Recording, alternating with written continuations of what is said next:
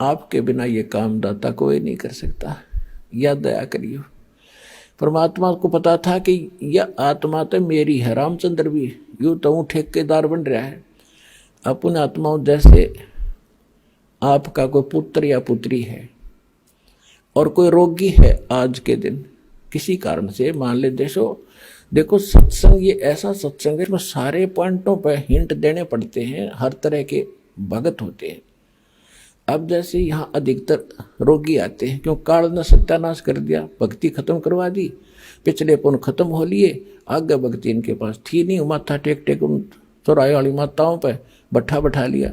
अब सब रोगी हो गए, किसी को कोई हानि है, कोई मेंटली डिस्टर्ब है, किसी को कैंसर है, किसी को हाहाकार मच रही। तो भक्ति की शक्ति बिना ये शरीर चलेगा कैसे, ये मट्टी है। तो अब जैसे यहाँ आते हैं और कति लास्ट स्टेज पर मृत्यु के निकट है, यदि सच्ची श्रद्धा से सच्चे दिल से समर्पित होकर भक्ति करेंगे तो कति ठीक करेगा, गारंटीड बात है, स्वस्थ होंगे यदि नीत भक्ति की होगी तय।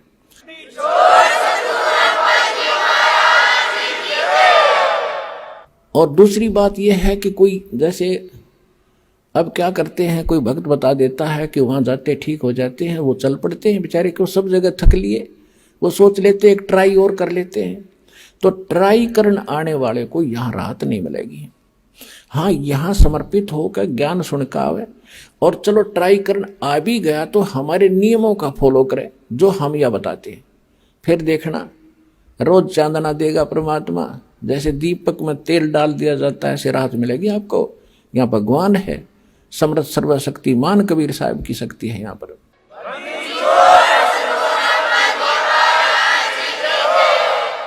अब फिर भी किसी कारण से भी राहत ना मिल पाई, त्रुटि तो अपनी ही होगी, भगवान में तो है ही नहीं। सतगुरु के दरबार में भाई कमी कहे की ना, अनसा मौज नहीं पावता तेरी चूक चाकरी मां। इस सच्चे दरबार में कबीर भगवान की डिक्शनरी में इम्पॉसिबल वर्ड नहीं है, असंभव शब्द नहीं है इस भगवान के दरबार में। यदि कोई आप नहीं राहत प्राप्त कर रहे हो तो आपकी चाकरी में दोष है, कमी है, त्रुटि है, आपकी कोई श्रद्धा भाव और सिमरन भक्ति में कोई दिक्कत है, उसको सुचारू करो, वो अवश्य मिलेगी। अब कहने का भाव ये है कि अब जैसे किसी का बाप बीमार है, 70 साल का हो गया और नाम ले लिया उसने, दुखी गणा था, दीक्षा ले ली, राहत तो मिलती है लेकिन फिर भी किसी कारण से त्रुटि रह जाती है, कोई नियम खंडित कर देते हैं, आदत छूटती नहीं। काल ने तो यही तक नाश कर रखा है कि इनको सुख नहीं हो, दुख हो जितना हो, नाम ले जाते हैं। और बहुत से भक्त ऐसे आते हैं जी कति ठीक हो गया था और इसने बीड़ी पी ली, क्यों माड़ी राहत होगी, वो बकवाद फिर भागी और फिर वही स्थिति होगी। तो भाई ऐसे व्यक्ति को यहाँ कोई स्थान नहीं है।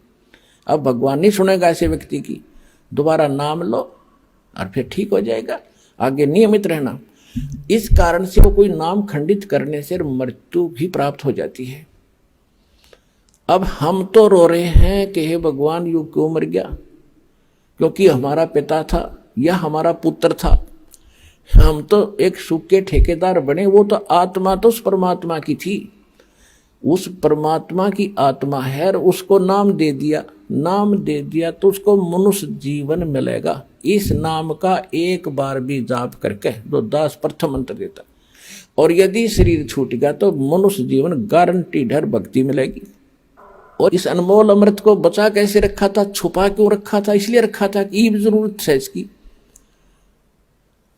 पहली बात तो स्वस्थ करेगा और इस सज्जन में मोक्ष करने की चेष्टा करेंगे परमात्मा। फिर भी क्योंकि घड़ा बिगड़ा हुआ काम है सारा, कोई न कोई त्रुटि हुए बिना रहती नहीं, किसी कारण से मृत्यु भी हो जाती है तो उसका तो भाग जाएंगे। दोनों हाथों में लाडू, सतलोक आसन बरवाड़ा में आपके। जब स्वस्थ हो गया तो भक्ति इस जीवन में करियो, और जब मृत्यु होगी किसी कारण से तो नेक्स्ट जीवन 10वें महीने आ लेगा अपनी माँ की गोदी में, यहीं पर नया कपड़ा पहन के।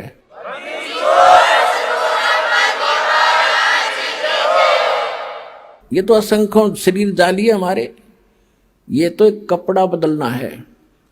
और पुण्यात्माओं जब आपको ज्ञान होगा ना इस बात का, जैसे आपका धोती कुर्ता पजामा फट गया और आपके बक्स में, आपकी टैची में अरकाचा दरिया है नया, तो क्या करोगे? न फेंकोगे बाहर, अरकाचा काट के तुरंत पहनोगे? तो ये जो शरीर है ये तो एक कपड़ा है। अगर ये खराब हो गया तो इस मंत्र से, मोक्ष से पहले भी अगर खराब हो जाता है तो नया तैयार रखे आपका टैची में, पैर के तुरंत आ लोगे यहीं पर और पार हो जाओगे। इसको ज्ञान समझना, ये कोई डूम बाट के गीत नहीं, कोई रागनी बनानिया की रागनी नहीं, ये कोई फिल्मी लोगों की बनाई हुई दंत कथा स्टोरी नहीं, ये परमात्मा का दिया अध्यात्म ज्ञान है और इसको 100% सत्य है और आप भी इसको सत्य मानना। तो जो प्रसंग चल रहा था हम उसी पर आते हैं। तो इस काल ने ठेका ले रखा है, ये भी हम इसके हो गए और हैं हम सभी आत्मा परमात्मा की। तो उसने ये प्रार्थना की थी कि मेरा पुत्र जाएगा विष्णु रामचंद्र रूप में, और वहां पुल की जरूरत पड़ेगी जब रावण सीता ने ठावेगा, आप दया करियो।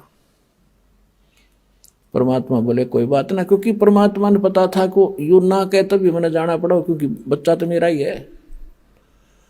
कहीं भी कोई दुख आत्मा है तो दाता रो तो वही रहा आपके लिए। कबीर साहब कहते हैं मैं रोए तू सृष्टि को, और ये सृष्टि रोए मोहे, और गरीबदास इस वियोग को समझ नहीं सकता कोई, क्योंकि गरीबदास जी को भी परमात्मा सतलोक लेकर गए थे, फिर वापस छोड़ा था।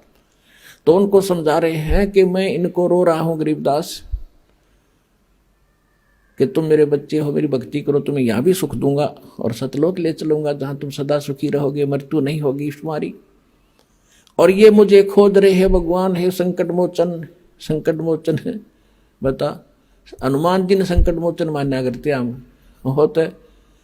ये भगत क्या था बोला, वो तो उसके पास तो कोई विभाग भी ना था, उसने पूजा करते ये ब्रह्मा विष्णु महेश, चलो एक ही विभाग के मंत्री तो हैं। तो हनुमान तो एक भगत था, और भगत की एक भगत भक्ति करे, उससे कुछ मांग गए। एक कलरक से और दूसरा कलरक को याचना करे कि मैंने तू मुझे तो वो बना दे प्रेसिडेंट, वो कैसे बना देगा?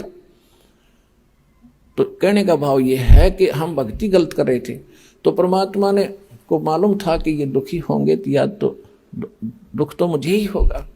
तो परमात्मा कहा करते कि मैं हूं वो संकट मोचन और सारा सुख देने वाला, पर हम उसको मान नहीं पाए क्योंकि हमने उसके पहचान नहीं थी, चिन्ह नहीं थे हमारे पास, उसको पहचानने का कोई पैमाना नहीं था। अब दास ने पहले आपको पैमाना दिया कि जिन ग्रंथों को आप सत्य मानते हो उनमें भगवान की डेफिनेशन यह बता रखी है। और ये किस पर खरी होती है? ये उस पर खरी होती है जो काशी में धानक रूप में रहा करता कबीर जुलाहा। वो सर्वशक्तिमान है, सारी सृष्टि का रचनहार है, वो आपका और हमारा पिता है। वो हमें मोक्ष देगा, सुख देगा।